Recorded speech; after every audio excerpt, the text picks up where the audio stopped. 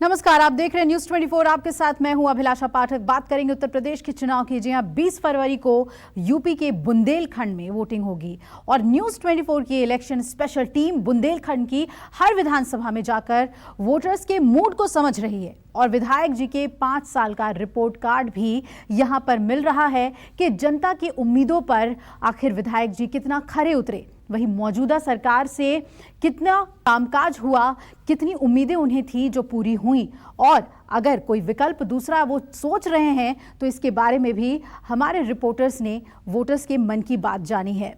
यही रिपोर्ट आपको विस्तार से दिखा रहे हैं। तो बुंदेलखंड से मेरे सहयोगी मानस श्रीवास्तव की ये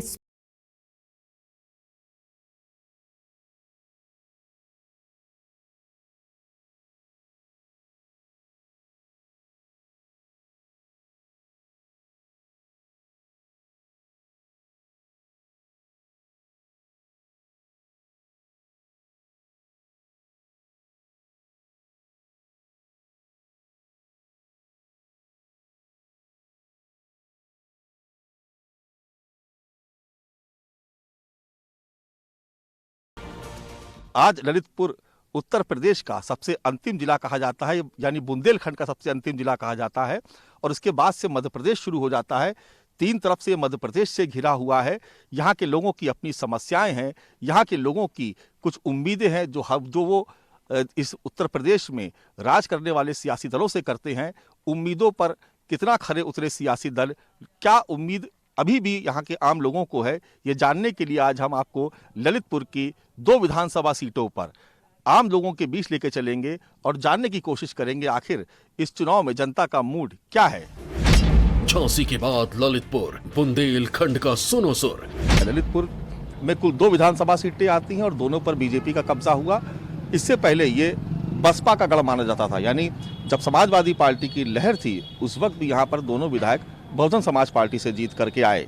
एक रोचक तथ्य ये है कि इस बार समाजवादी पार्टी ने जिन 2 उम्मीदवारों को यहाँ पर अपना प्रत्याशी बना करके मैदान में उतारा है, वो दोनों ही कभी बसपा में हुआ करते थे, लेकिन इस बार दोनों ही समाजवादी पार्टी के टिकट से चुनाव लड़ रहे हैं। ललितपुर के कुछ आम लोग, कुछ बुद्धिजीवी लोग हमारे साथ हैं। हम जानने की कोशिश करेंगे कि आखिर जनता का मूड क्या है यहाँ पे और वो किस तरीके से चुनाव को देख रहे हैं। क्या मुद्दा है ललितपुर में चुनाव का? ललितपुर में इस समय किसान परेशान है। आज भी स्थिति ये रही वर्तमान सरकार में कि किसान लाइन में लगा रहा, खाद के लिए परेशानी हुई, डंडे खाना पड़े किसानों को। लोग यहाँ सोचते हैं कि 150 रुपया कमाए तो सुरक्षित अपने घर पे ले जाएं। यहाँ सबसे बड़ी परेशानी केवल गुंडाई की है। जो गुंडाई पे जो योगी जी ने लगाम लगाई है उससे सभी लोग यहाँ खुश हैं। जो मुद्दे वो घोषणा पत्र में जो बोलते हैं, संकल्प पत्र में, वो निभाते नहीं हैं सफाई। और पहले भी वो कई बातें बोल चुके हैं लेकिन वो उस पर काम नहीं करते। सरकार आने के बाद भूल जाते हैं। समाजवादी पार्टी के द्वारा जो पूर्व में विकास किए गए, उन विकास के आधार पर आज जनता साइलेंट है और पूरे प्रदेश की स्थिति बदलने को तैयार। सबसे ज्यादा मुद्दा बेरोजगारी, महंगाई, भ्रष्टाचार। बुंदेली बोलो का चुनावी गान, सुनो ललितपुर का फरमान। दल बदलू नेताओं का अब हर दिन ईद दिवाली है। वो कुर्सी है तो करें गठबंधन, नेता बना मवाली है। कुर्सी है तो करें गठबंधन, नेता बना मवाली है। अब कोई कहां पर क्या कर देगा, अब इसका विश्वास नहीं। कोई कहां पर क्या कर देगा, अब इसका विश्वास नहीं। वो कथनी करनी अलग अलग है, कोई किसी का खास नहीं। राजनीति की पावन गंगा, अरे राजनीति की पावन गंगा बहती नाली नाली है। वो चौराहे पर लोकतंत्र की अब बरसी उठने वाली है। राम राज्य की मधुर कल्पना को साकार कराएंगे। राम राज्य की मधुर कल्पना मंदिर भव्य बनाएंगे। सबका साथ और सबका विकास करके दिखलाएंगे। सबका साथ और सबका विकास करके दिखलाएंगे।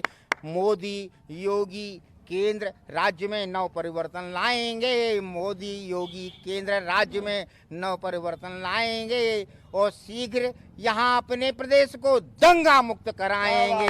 शीघ्र अपने प्रदेश को दंगा मुक्त कराएंगे। राम राज्य की मधुर कल्पना और मंदिर भव्य बनाएंगे, सबका साथ और सबका विकास करके बतलाएंगे। यूपी के तीसरे फेज में जिन सीटों पर चुनाव होंगे उनमें ललितपुर विधानसभा सीट भी शामिल है, यानी यहाँ 20 फरवरी को वोट डाले जाएंगे। अब एक नजर ललितपुर सीट के उम्मीदवारों पर डाल लीजिए।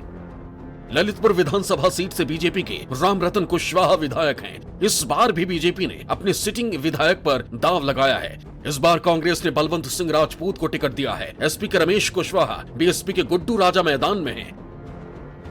इसके अलावा आम आदमी पार्टी ने ललितपुर के एक युवा शिक्षक संजय खान को मैदान में उतार दिया है।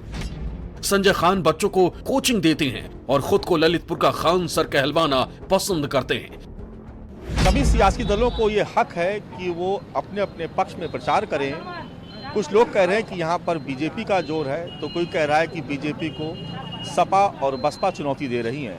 लेकिन आम आदमी पार्टी भी इस बार उत्तर प्रदेश में चुनावी मैदान में है और प्रचार के लिए लोगों की टोली निकली हुई है। बताया जा रहा है कि समाजवादी की आम आदमी पार्टी के जो उम्मीदवार हैं वो पेशे से शिक्षक हैं, बच्चों को कोचिंग पढ़ाते हैं। जी क्या नाम है आपका? संजय खान जी, ललितपुर की कौन सी तालबेहट सीट से खड़े हैं आप? जी सर। तो ये बताइए कि लोग बता रहे हैं कि यहाँ पर टक्कर जो है वो भाजपा की और सपा की है। ये सर गलतफहमी है लोगों की। टक्कर सर आम आदमी पार्टी की किसी से नहीं है। उत्तर प्रदेश में आम आदमी पार्टी की सरकार बनने जा रही है। नहीं, आप अपना बताइए, आप जीत पाएंगे? जीत पाएंगे सर, श्योर है सर। क्या काम करते हैं, पेशे से क्या है? सर कोचिंग पढ़ाते हैं हम। किस क्लास के बच्चों को पढ़ाते 9, 10, 11, 12 साइंस। हैं? अच्छा, बच्चों को कोचिंग पढ़ाते हैं। जी सर। और पढ़ाते पढ़ाते अब राजनीति में आ गए आप? हाँ सर, राजनीति जरूरी थी सर। यदि हम ही लोग राजनीति नहीं करें तो देश में ऐसे लोग राजनीति कर रहे हैं सर जिनका राजनीति करने का कोई मतलब नहीं है। देश को गड्ढे में डालते जा रहे हैं सर। इसलिए युवा वर्ग राजनीति करेगा जिससे देश का विकास होगा। थोड़ी ही दूर बीजेपी के समर्थक महिलाएं ढोल नगाड़ों के साथ अपने उम्मीदवारों के पक्ष में प्रचार करती मिली।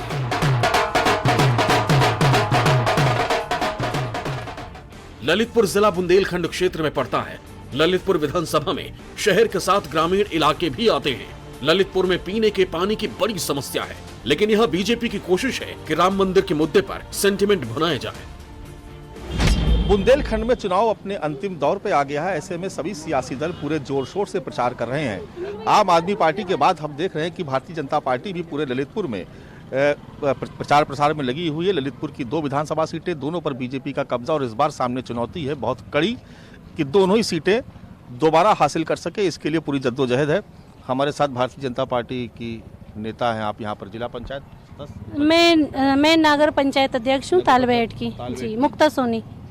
मुक्ता जी, क्या मुद्दे हैं इस बार यहाँ पर? जी, हम एक अपराध मुक्त जो 5 साल हमने योगी जी ने जो शासन दिया है, जिसमें बेटियां सुरक्षित हुई हैं, महिलाएं सुरक्षित हुई हैं। सबसे बड़ी खुशी की बात यही है कि हमारे रामलला को उनका मंदिर मिलने जा रहा है। ललितपुर का पौराणिक इतिहास जितना प्राचीन और शानदार है, वर्तमान स्थिति उतनी ही दयनीय है। ललितपुर की गिनती बुंदेलखंड के उन जिलों में होती है जहां शिक्षा से लेकर रोजगार तक का अभाव है। ऐसे में ललितपुर की जनता हर बार अपने असल मुद्दों पर बात करना चाहती है, लेकिन सियासी दल जाति समीकरणों का जोड़ तोड़कर वोट हासिल कर लेते हैं, विधायक बन जाते हैं, सत्ता तक पहुंच जाते हैं, लेकिन असल मुद्दे फिर पीछे छूट जाते हैं। इस बार भी ललितपुर की जनता अपने असल मुद्दों को उठाने के लिए पूरी ताकत लगा रही है। लिहाजा यहाँ बीजेपी की राह उतनी आसान भी नहीं है जितनी पिछली बार हुआ करती थी।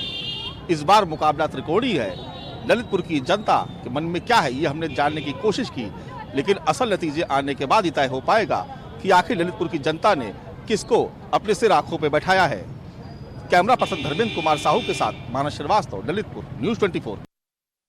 नमस्कार, मैं हूं मानक गुप्ता। अगर आपको हमारा ये वीडियो पसंद आया हो तो इसे लाइक और शेयर जरूर करें, और हाँ, हमें सब्सक्राइब और फॉलो करना ना भूलें ताकि आप देश और दुनिया की कोई खबर मिस ना करें।